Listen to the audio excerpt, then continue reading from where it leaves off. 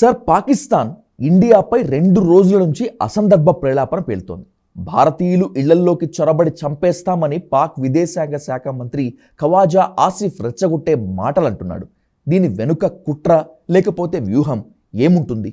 పాకిస్తాన్కి ఇలాంటి ప్రగల్భాలు పలకడం కొత్త ఏమీ కాదు కదా. మీకు పహల్గామ్ దాడుల తర్వాత ఇండియా అటాక్ చేస్తుంది అని అర్థమైన తర్వాత ఎన్ని గొప్పలు చెప్పారు. మా దగ్గర అణ్వాయుధాలు ఉన్నాయి, ఆ అణ్వాయుధాలన్నీ ఇండియా వైపే చూస్తున్నాయి, మేమేం కాలక్షేపానికి అణ్వాయుధాలు సూపర్ మార్కెట్లో పెట్టుకోలేదు, భారత్ పైన దాడికి మోహరించి ఉన్నాయని మాట్లాడలేదా? మళ్ళీ తర్వాత తొక్కమడిచి ఆపరేషన్ సింధూర్లో అమెరికా అధ్యక్షుడు నేనే యుద్ధం ఆపినా అంటే వెళ్ళి థ్యాంక్స్ సార్ అని చెప్పి దండలు పెట్టొచ్చాడు కదా. మరి నిజంగానే మేమే గెలిచామని చెప్పుకున్నారు. గెలిచిన వాడు థ్యాంక్స్ అని చెప్తాడు ఇంకోరికి. ఎప్పుడైనా ఓడిన వాడు యుద్ధం ఆపితే థ్యాంక్స్ చెప్తాడు తప్ప గెలిచిన వాడు యుద్ధం ఆపితే ఎప్పుడు థ్యాంక్స్ చెప్పాడు. ఎందుకంటే గెలిచిన వాడికి యుద్ధం ఆగద్దని ఉంటుంది కదా. కానీ ఎందుకు మరి పాకిస్తాన్ వెళ్ళి అమెరికాకు థ్యాంక్స్ చెప్పింది? ఎందుకు ఇండియాకు ఫోన్ చేసి మనం సీజ్ ఫైర్ పాటిద్దామని చెప్పింది? సో అందువల్ల ఈ కహానీలు చెప్పడం పాకిస్తాన్కి అలవాటు. ఏంటంటే పాకిస్తాన్కున్న ఆర్మీ, పాకిస్తాన్లో ఉన్న పనికిమాలిన పొలిటికల్ క్లాస్, వీళ్ళిద్దరికీ కూడా వాళ్ళ ఎగ్జిస్టెన్స్ కావాలి ఇండియా.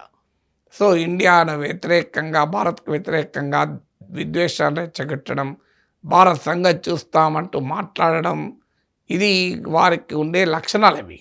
సో అవి వాళ్ళ డిఎన్ఏలో ఉంది. అందువల్ల వాళ్ళకి మన 70 ఏళ్ళ నుంచి చూస్తున్న ఈ ధోరణి ఇలా కొత్తగా వచ్చిందేం కాదు కదా. సో అందువల్ల తాలిబాన్లతోనే కొట్టలేక వస్తున్నారు. సో మనతో కొట్లాడే అంత సీన్ ఎక్కడిది? కోల్కత్తా దాకా వచ్చి అటాక్ చేస్తాం, ఇవన్నీ నిజంగా అటాక్ చేసేవాడు చెప్పడు, చెప్పేవాడు అటాక్ చేయడు, మనకు తెలియదా ఇది? సో ఇవన్నీ ఏంటంటే అక్కడ ప్రజల్ని మభ్యపెట్టడానికి చేసే పని. సో ఈ పని వల్ల సాధించేది ఏమిటి? ఈ మధ్య కాస్త ట్రంప్ సపోర్ట్ వల్ల ఇంకా రెచ్చిపోతున్నారు. ట్రంప్ ఐ లవ్ పాకిస్తాన్ అంటున్నాడు, my favourite field marshal Asim Munir అంటున్నాడు. పాకిస్తాన్ ట్రంప్ను ఒక రకంగా ప్రలోభపెట్టి ట్రంప్ కుటుంబంతో క్రిప్టో డీల్ కుదుర్చుకొని పాకిస్తాన్లో ఉన్న సహజ వనరులను, పోర్టుల్ని అమెరికాకు అప్పచెప్పి అసలు అమెరికా ముందు సాగిలపడి సో అమెరికాకు దగ్గర అయిన మాట నిజం ట్రంప్కు. సో మన ప్రభుత్వ వైఫల్యం కూడా ఉంది ఫారిన్ పాలసీ. మనమేమో కేంచో ట్రంప్, నమస్తే ట్రంప్, హౌడీ మోడీ అని తిరిగాం. మోడీ ఏమో ట్రంప్ వెనకాల తిరుగుతే, ట్రంప్ ఏమో పాకిస్తాన్ వెనకాల తిరిగాడు. కనీసం ఆలోచన ఉండాలి కదా ఇలాంటి వాడికి మనం సపోర్ట్ చేయడమని. ట్రంప్ మళ్ళీ గెలవాలని చెప్పి ఓవర్సీస్ బీజేపీ అమెరికాలో ప్రచారం కూడా చేసింది. వాడు గెలిచి ఏం చేస్తున్నాడు? పాకిస్తాన్ సపోర్ట్ చేస్తున్నాడు. సో ఇది ఫారిన్ పాలసీ బ్లండర్ కదా.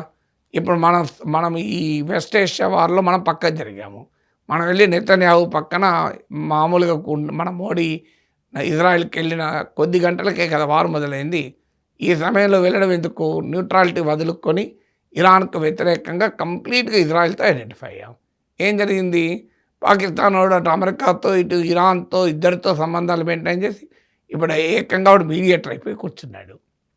అలాగే సౌదీ అరేబియాకు పాకిస్తాన్కి మధ్య డిఫెన్స్ అగ్రిమెంట్ కుదిరింది. తుర్కీ పాకిస్తాన్ల మధ్య మొదలే సంబంధాలు ఉన్నాయి. అరబ్ ఇస్లామిక్ నాటో అంటూ అమెరికా విధానాల వల్ల ఏర్పడడం ప్రయత్నాలు జరుగుతున్నాయి. దాంట్లో పాకిస్తాన్ కీలక పాత్ర పోషిస్తున్నారు. ఇవన్నీ చూసి వాడికి కాస్త దుస్సాహసం పెరగచ్చు. పాకిస్తాన్ వాడికి రెచ్చిపోవటానికి ఈ కొత్తగా వచ్చిన గ్లోబల్ విజిబిలిటీ ఒక కారణం కావచ్చు.